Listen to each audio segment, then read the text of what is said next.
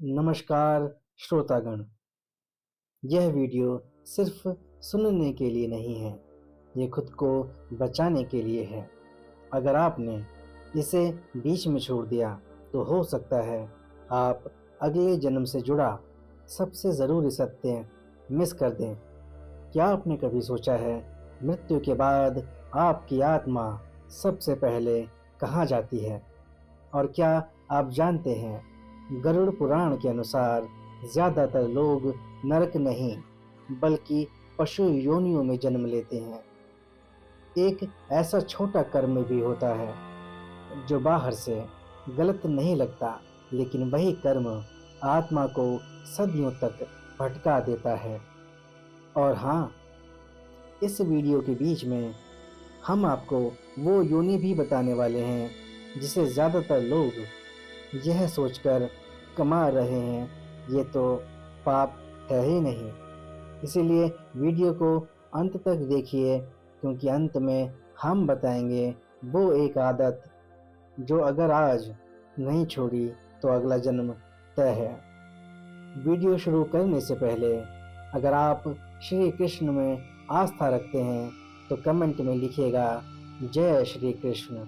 श्रोतागण, गरुड़ पुराण सनातन धर्म का वह महापुराण है जो मृत्यु के बाद पढ़ा जाता है। क्या आपने कभी सोचा है क्यों? क्योंकि यह वह ग्रंथ है जो बताता है आत्मा मरने के बाद कहाँ जाती है और कौन सा पाप किस सजा में बदलता है और अगला जन्म कैसे तय होता है। गरुड़ पुराण डराने के लिए नहीं है, जगाने के लिए है। गर्भ में आत्मा का भयावह सत्य। गरुड़ पुराण कहता है जब जीव माँ के गर्भ में प्रवेश करता है तो उसे अपने पिछले जन्म के सारे कर्म याद होते हैं। वो रोता है, तड़पता है और ईश्वर से प्रार्थना करता है, हे प्रभु, इस बार मुझे अवसर दीजिए, मैं भक्ति करूँगा, मैं पाप नहीं करूँगा। लेकिन फिर वह सब क्यों भूल जाता है?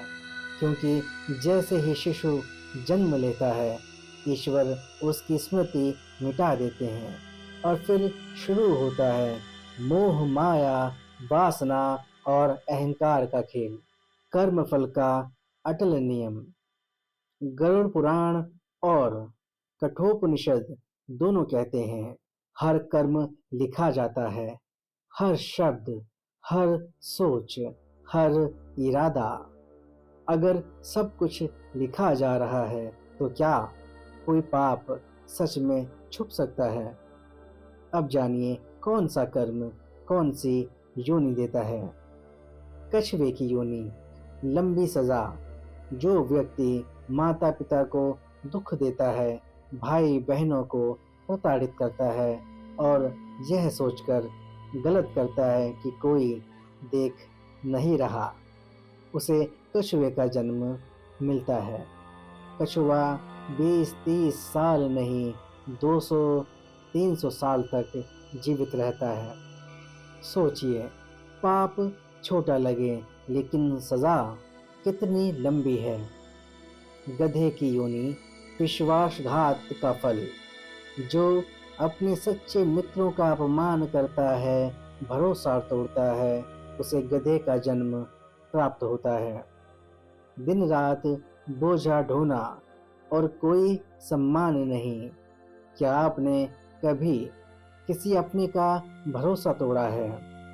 कुत्ते की योनि, जो व्यक्ति भगवान का मजाक उड़ाता है, पूजा पाठ को बेकार कहता है, धर्म को नकारता है, उसे कुत्ते का जन्म मिलता है। क्या आप भी कभी कहते हैं भक्ति से क्या होगा? कीड़े मकोड़े, निंदा और धोखा। जो दूसरे की निंदा करता है, अपनों का धन हड़पता है, वह कीट योनि में जन्म लेता है। इस योनि में ना सम्मान है, ना स्वतंत्रता। वो कौन सी योनि है? श्रोतागण, अब यहाँ ध्यान दीजिए। अभी तक आपने जो योनियाँ सुनी, लोग उन्हें बड़े पाप मानते हैं, लेकिन अब हम आपको वो योनि बताने जा रहे हैं जिसे ज़्यादातर लोग यह सोचकर कमा रहे हैं ये तो पाप है ही नहीं। गरुड़ पुराण के कर्म सिद्धांत के अनुसार जो व्यक्ति सिर्फ अपने सुख के बारे में सोचता है, किसी को दुख में देखकर भी मुंह फेर लेता है, मदद करने की शक्ति होते हुए भी कह देता है मुझे क्या, ऐसे व्यक्ति को पेड़ पौधे की योनि मिलती है। क्यों? क्योंकि पेड़ ना चल सकता है, ना बोल सकता है, ना अपना दर्द बता सकता है। यह सजा है संवेदना न रखने की। अब खुद से पूछिए, क्या आप कभी ऐसा कर चुके हैं? मुक्ति का एकमात्र मार्ग गरुड़ पुराण कहता है, जो व्यक्ति मृत्यु के समय भगवान का नाम लेता है उसके कर्म कटने लगते हैं। इसीलिए कहा गया है राम नाम सत्य है।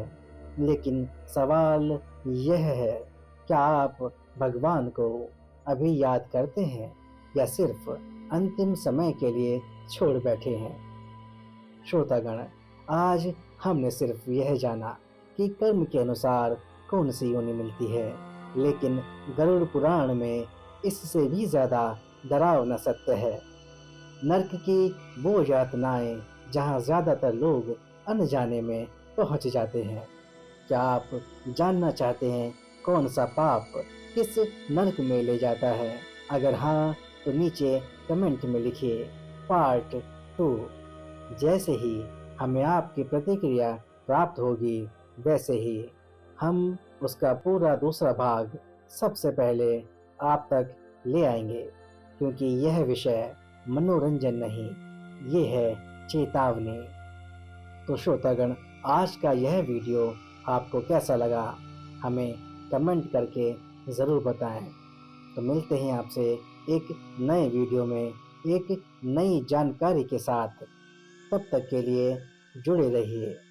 नमस्कार, धन्यवाद, राधे राधे।